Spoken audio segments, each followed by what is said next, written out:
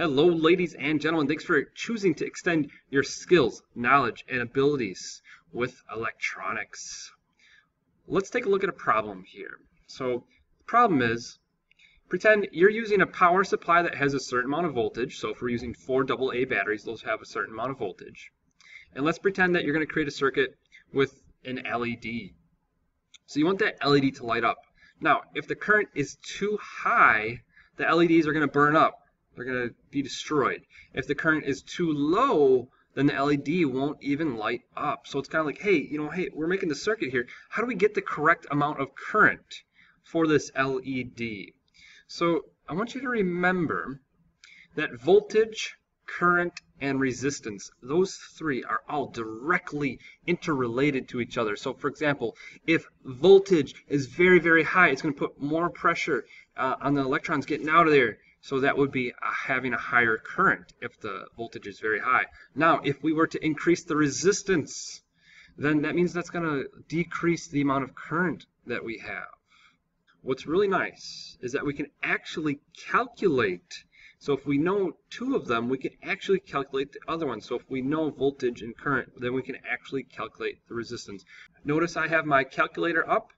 So get your calculator out or up as well. And also have a fresh piece of paper handy so you can be taking some notes, whatever you feel that you should be recording, but also, more importantly, so you can do some of the calculations, some of the work. So it's going to be important to write some of this down so you can do it as well. So this is an active lesson. Let's take a look at, so we got this problem here. Let's take a look at another way of wording it. So let's reword that same problem. This time we're just going to punch in some numbers for it. So I'm using now, instead of just saying a power supply, I'm using a 6-volt power supply, and my LED cannot have a current higher than 30 milliamps. So I'm laying out there, I'm saying, hey, I can't go above 30 milliamps. That's kind of what I'm shooting for. I don't want to go above it. So 6-volt power supply, 30 milliamps. Then the last piece of the puzzle then is to figure out, what do I need for a resistor? How do I figure that out? So that's what we're going to learn, is how do we actually figure out what would I need for, what would I be putting in this circuit? So I'm making this circuit. What would I actually have to put in for an actual physical resistor to get this exact setup exactly how I want? The process of figuring that out is called Ohm's law. In physics, other sciences, electronics, there's all kinds of different laws. Some of those laws might include like Newton's laws about force and energy, laws about gravity, E equals mc squared, that's a law. So this is a law that we're up to here, is Ohm's law. If we notice, it says V equals I times R. So if we look at what these letters represent, V is of course voltage, I means current, R equals resistance. So the only one that's a little goofy that we're not, it might be not as obvious, is this I equals current. So that's something that you're going to have to try and remember. And then if we look at these pyramids here, so this is just like a graphic thing that can help you figure out how to do some calculations. So V equals I times R.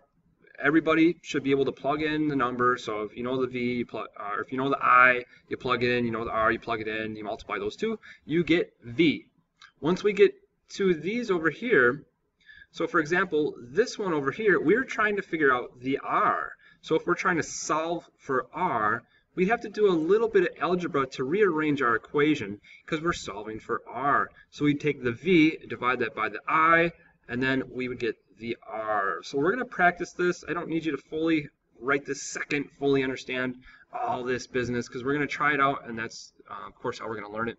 But these these graphics here, they might help you out. So you're welcome to refer back to this, or if you just Google image search Ohm's law, a lot of these type of things pop up and can help you out.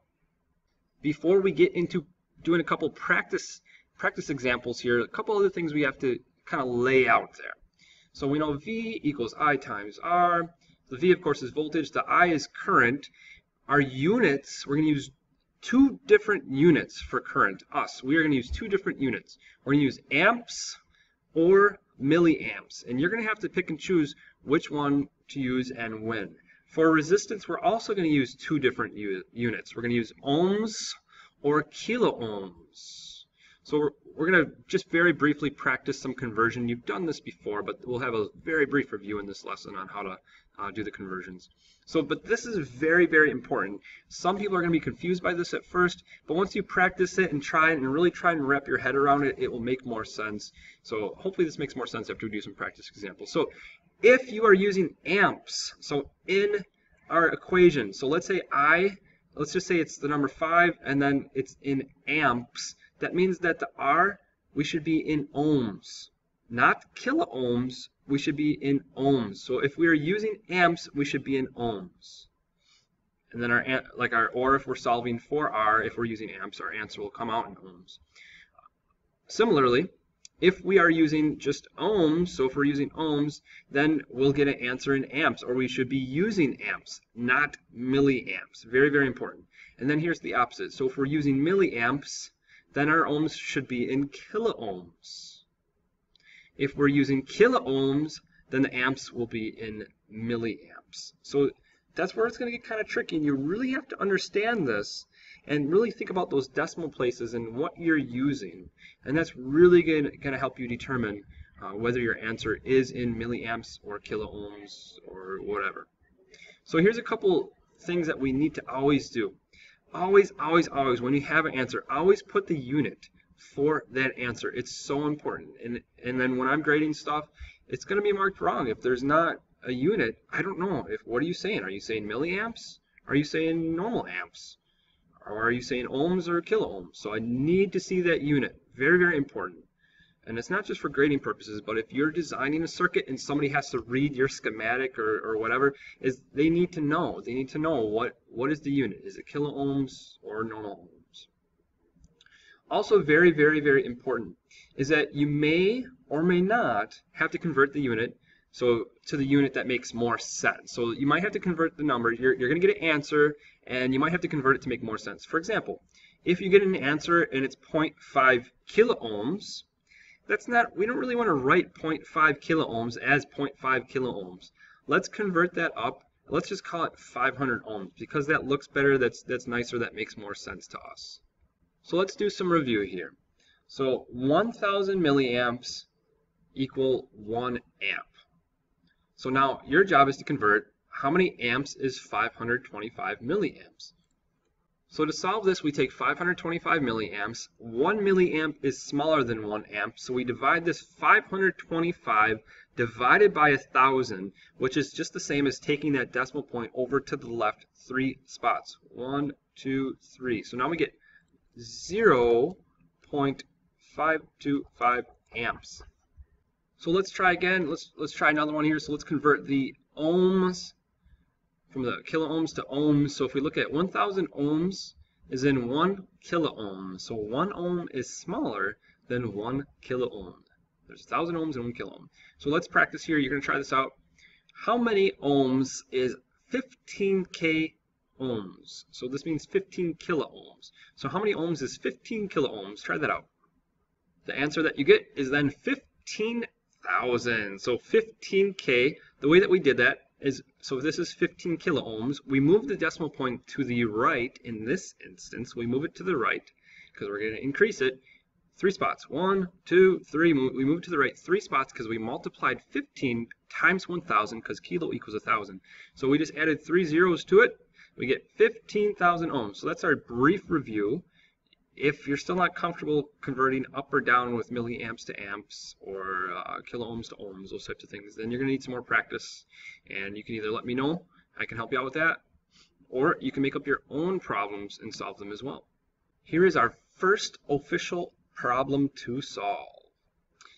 A circuit has a current of 2 amps and a resistance of 75 ohms. Your job is to figure out how much voltage does the circuit have. So a couple questions here for you. What does the I equal? What number does the R equal? Plug in your numbers, solve it, and answer what you got for an answer. So here's how we do it. If I explain it too fast, then track back, rewatch this. So I is 2 amps, R 75 ohms. Notice how I carried the unit there. This is not milliamps, this is amps. This is not kilo ohms, this is ohms. Very important that I put the unit there. I have my equation V equals I times R. We are solving for V. We don't know V. That's why I left that question mark there. So your paper should look organized exactly like this because you're showing your work and you're keeping your math organized. So V equals 2 amps times 75 ohms. Notice I filled in my equation. This is my empty equation, and then I filled it in with my numbers, just using my units there, and then I did the math. So V equals 150 volts. So that would be the correct answer for this question. Here's the next one that we are going to solve. Now again, first thing we really want to look at is what are we solving for, and then look at the information that's given to us. So we're trying to solve for voltage because it's asking how much voltage does the circuit have, and then it gives us our information. So it says the circuit has a current of 300 milliamps and a resistance of 25 ohms. So we have our equation here, V equals I times R. We cannot just plug in these numbers, 300 milliamps for I, 25 ohms for R. We cannot just do that because there are some rules that I explained earlier about this. So my question to you is, what do we have to do? What are the rules regarding using these multiplying when we multiply them times each other? So the rules are, of course, that if we're using milliamps, that means we have to use kilo ohms. Or if we're using ohms, we have to use amps. So that means we have to convert one of these numbers. 300 milliamps, we're starting with 300 milliamps. So let's just convert this then to kilo ohms. So we have to convert 25 ohms to kiloohms. Do that now. To convert 25 ohms to kilo ohms, we have to move the decimal point to the left 3 times. So if the decimal point's right here, we go 1, 2, 3. So that means we'll have to add a 0 in there, so that we're going to have 0.025 kilo ohms. Now plug in your numbers and multiply those to determine what the answer is. So here's my version, completely plugged in. So the I is 300 milliamps. We're making sure to use our unit here. The R is 0.025 kilo ohms because we converted it. We have our empty equation here. Let's fill that baby in, and then we get an answer of 7.5 volts. So again, whether you're successful or not, what matters is that if you were not successful, you figure out what your mistakes were and you keep persisting. If you were successful, great. Let's continue on. All of us, let's continue on. So now let's try a little bit different of a version. Instead of solving for voltage, we're now going to solve for resistance. So if we look at this problem, this is actually the problem. It's restated. It's the restated one that we saw on one of the first pages here from this lesson. So using a 6-volt power supply to power an LED, the current cannot be higher than 30 milliamps. So we want to know, hey, what should we be using for a resistor?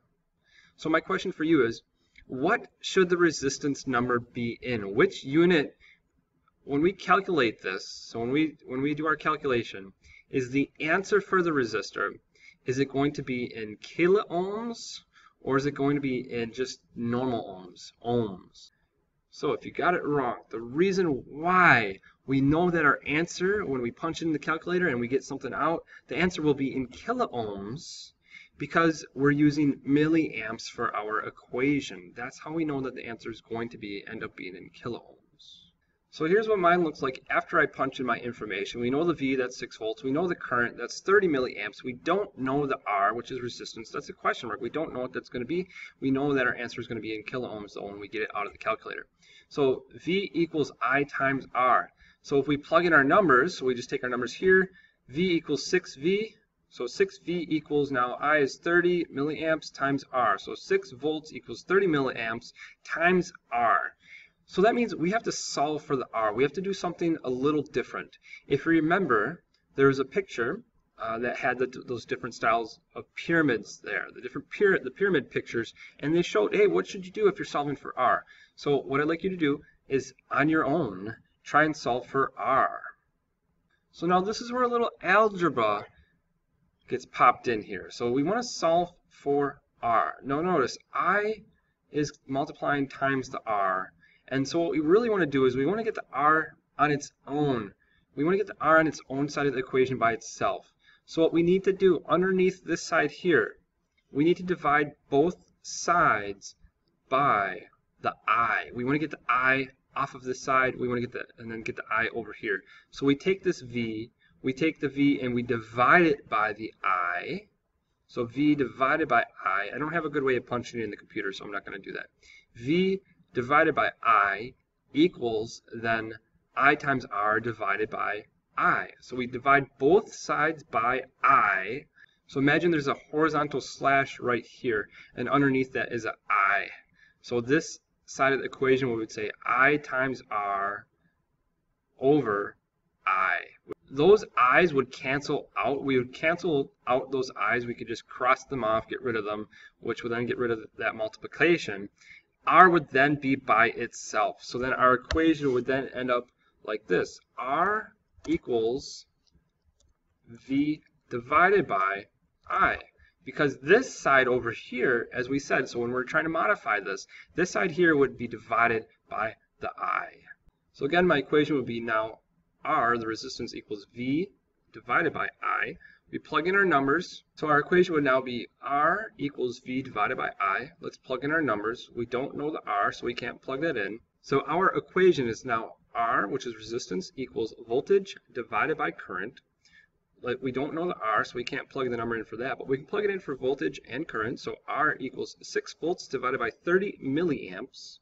We divide that out. We get R now equals 0.2 kiloohms. We know that's kiloohms because we divided with 30 milliamps. If this said 30 amps, well then now this would then instead be ohms. But we used milliamps, so that must mean that this answer is 0.2 kiloohms.